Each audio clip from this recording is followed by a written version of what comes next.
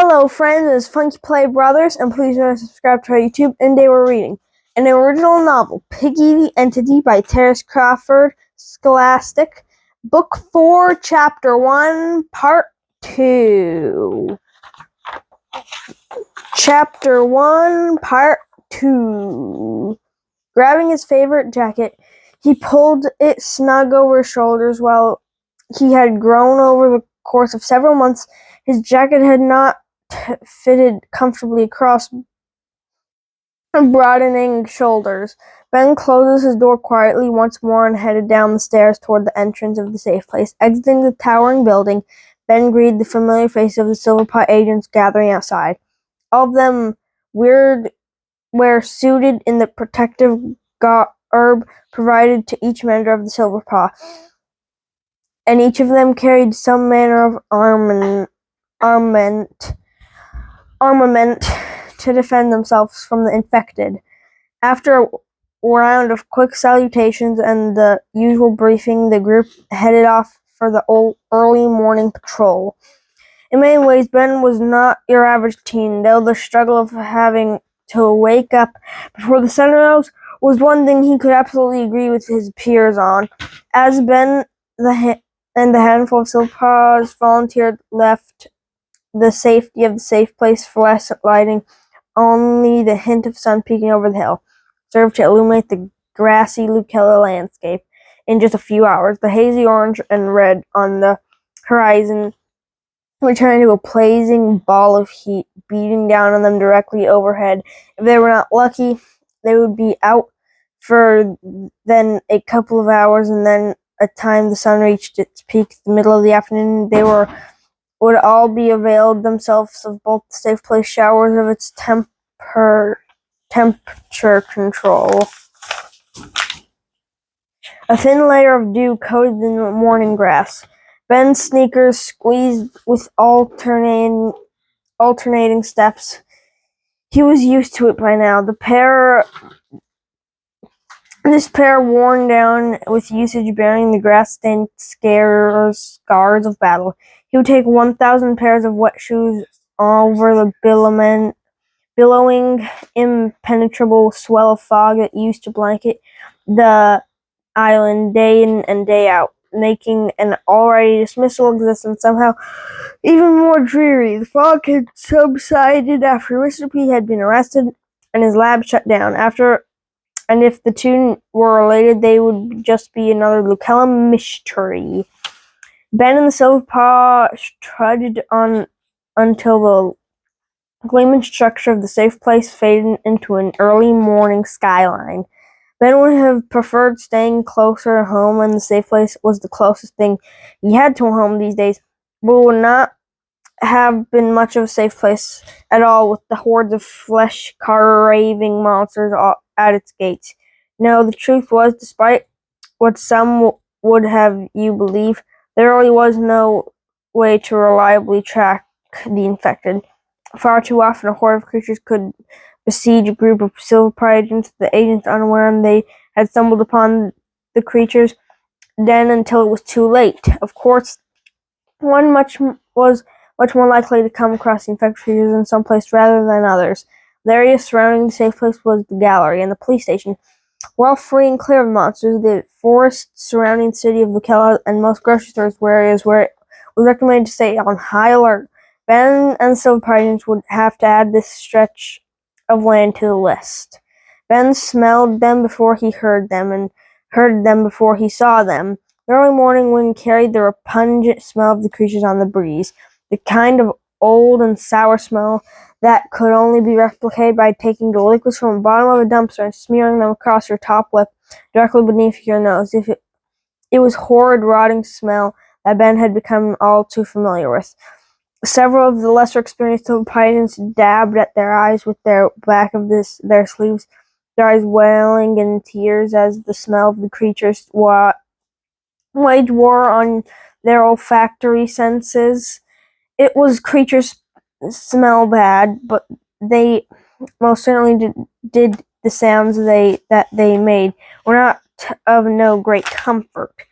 Either it looked hardly to be labeled a squeal through trying to speak through a congested nose when you were sick. Silver agents raised their weapons according to the training as their first creature came into view. Each of their individual armaments equipped with a handful of cure cartridges. Ben wasn't sure how he had ever become used to the creature's grotesque appearances. Standing at least a head taller than Ben and twice his size, each of Ben's creatures boasted tattered clothes and unsettling glowing red eyes. The virus that had caused the island-wide infection had ironically ended enough starting off as a cure through an experimental one, although Mr. P has not been able to find cure his wife of what ended up being a fatal case of leonoma.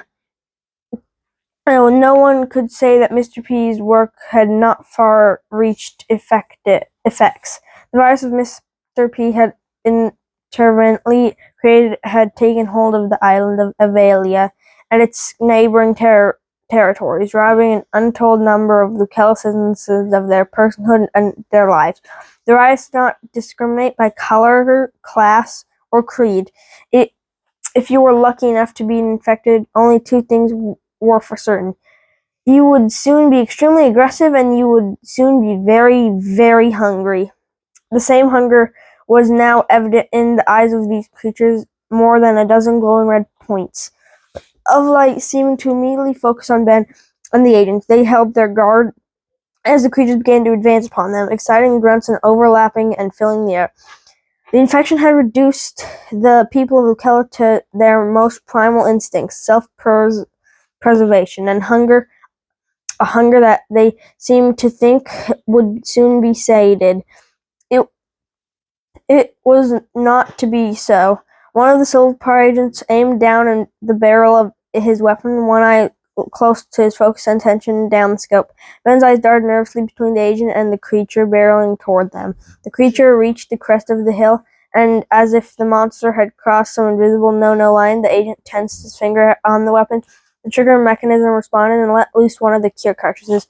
The art-like object flew through the air with a dull whiz, embedding itself into the creature's neck.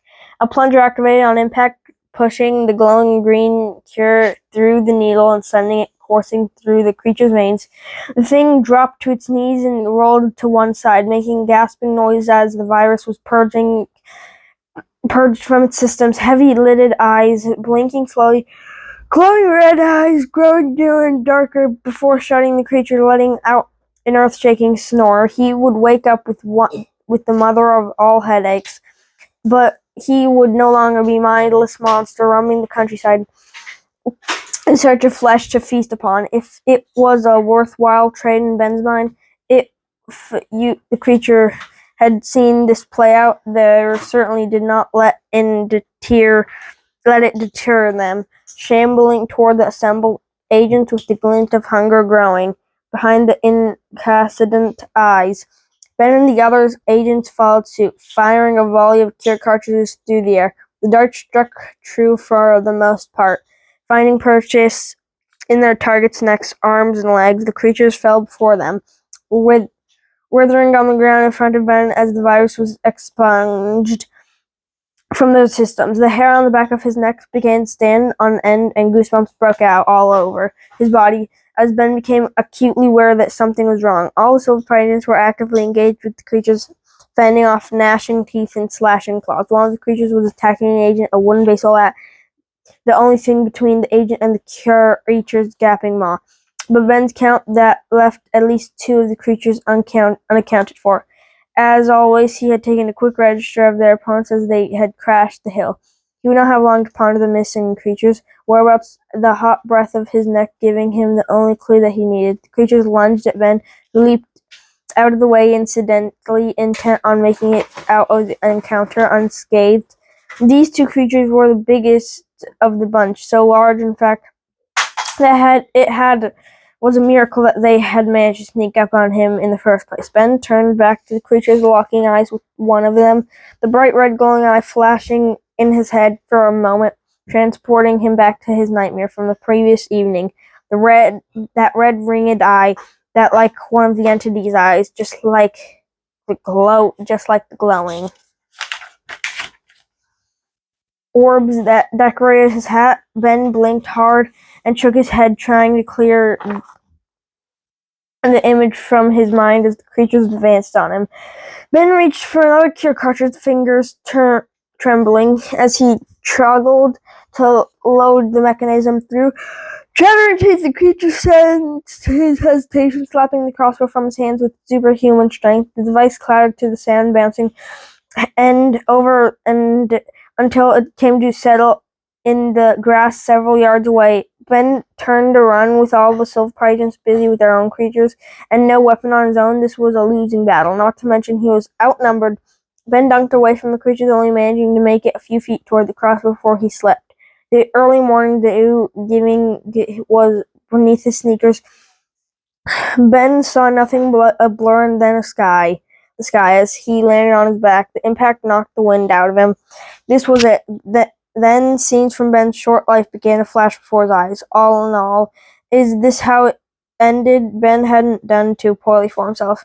He had helped formulate a cure for a rampaging virus, led the charge on the person responsible, and even repelled an invasion or two. He hoped he would be remembered fondly. Ben closed his eyes as the creature's booming footsteps neared. He had seen too many times what it looked like when the infected took to their victims, and it wasn't a view that Ben was interested in experiencing from the first person.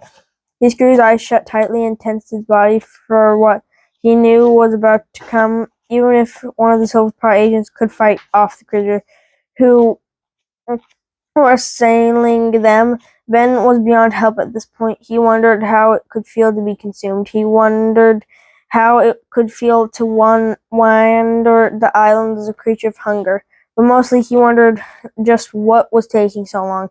Ben chanced opening his eyes, the creature still towering above him, the shadows that they cast blocking out the sun gone. However, was the glowing eye from their eyes. Instead, the pupils rapidly shrank and their eyes returned to normal. Soon hidden behind the creature's slow blinking heavy eyelids, the giant creature swayed and replaced for a moment before toppling over with a dull thud on either side of him.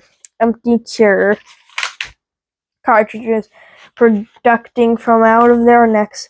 Ben opened his other eye, raising his hand to block out the sun, taking a good look. Ben thought it seemed that the Silver agents had all come out victorious, but from their respective bouts, still none of them were Ben's savior. "You're getting old," joked a familiar voice, extending his hand to help Ben up to his feet. If I'm lucky, Ollie," Ben replied, grabbing his friend's hand and hoisting himself back to his feet. Ben brushed loose blades of grass and the creature's drool from his clothes. I have to know, what was the tactical advantage of almost letting yourself get eaten?" Ollie inquired, not entirely sincerely. "I slipped," Ben replied plainly. "I think I'm having an off day. I didn't get a whole lot of sleep last night." Ben deliberately left out the part about the nightmare. He didn't want to worry his friend, and he wasn't sure he could explain it properly, even if he tried. For now, at least, Ben figured it was best to keep things vague. "Well, I slept like a baby," Ollie exclaimed, yawning and stretching his arms wide over his head and to illustrate his point. "You are a baby," came Ben's snappy retort as the playful punched his friend on the arm. Silver agents were busy wrapping up, sweeping the area for any further signs of the infected activity, and making sure that these creatures were cured. But the captain of their squad gave Ben a weary thumbs up and returned the gesture in kind. He knew that everyone here was thinking along the same lines. That was enough excitement for one day. The trek back to the safe place was never as daunting as harrowing as the long slogs in Lucella. Maybe it was a swell of victory, coming back to the oasis with just as many people as you had started with. Perhaps after a couple of hours of life or death battle, they were simply more awake and eager to chatter. Whatever the reason, Ben, Ollie, and the other Silver agents talked and joked the entire journey back to the safe place. The march began to the safe place was the uneventful one. Every so often they would come across a marker denoting how far they were from home placed there, so that was displaced population of Lukel could easily find their way to the safe place should they choose to. Not that the building itself was difficult to find. Just outside the heart of Lukel, the safe place stood 5 stories tall and boasted floor after floor of full-length windows, massive windows that even now reflected the sun as it lowered in the sky. They were coming back later than Ben had anticipated, but it was for a good reason. Though it was a longer route, Ollie had suggested that the group avail themselves of a nearby grocery store, and Ben could disagree over the sound of his stomach gurgling. Even with a full stomach and a hearty breakfast, coming face to face with one owns mortally was bound to take a lot out of you. The nearest grocery store was a short hike away. Ben wasn't worried about running into any infected creatures.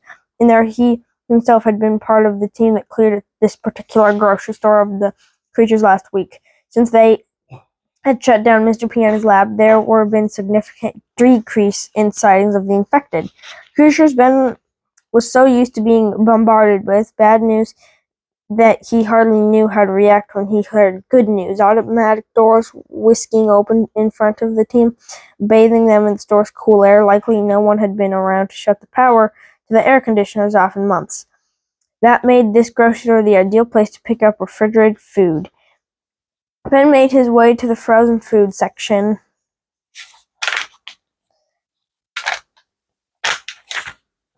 Colorful displays selling products that would have otherwise gone bad months ago. Ben's palate was not exactly discerning, now less so than ever before. He shoved frozen dinner after frozen dinner into his backpack, mouth ready, watering at the prospect of yet another meal that was not bean-based. Ollie and the others moved through the aisle, selecting what to take back to the safe place. Fruits were hit or miss. Often miss. Bread depended on how long it had been there and what it looked like. Anything not in its packaging was an instant no. These rules had served them pretty well so far. As Ben through the aisles, he had only had 2 criteria. As long as it was edible and not a can of beans, Ben had no qualms taking it back with him. By the time they had their fill, the sun had peaked and it was on its way down. And that is the end of Chapter 1. So, friends, thanks for watching. Like, comment, subscribe, hit the notification bell. Follow us on our social media, Funky Play Bros, Funky Play Brothers, support our vlog, cashapp, $, Funky Play Bros. Thanks for watching. Bye!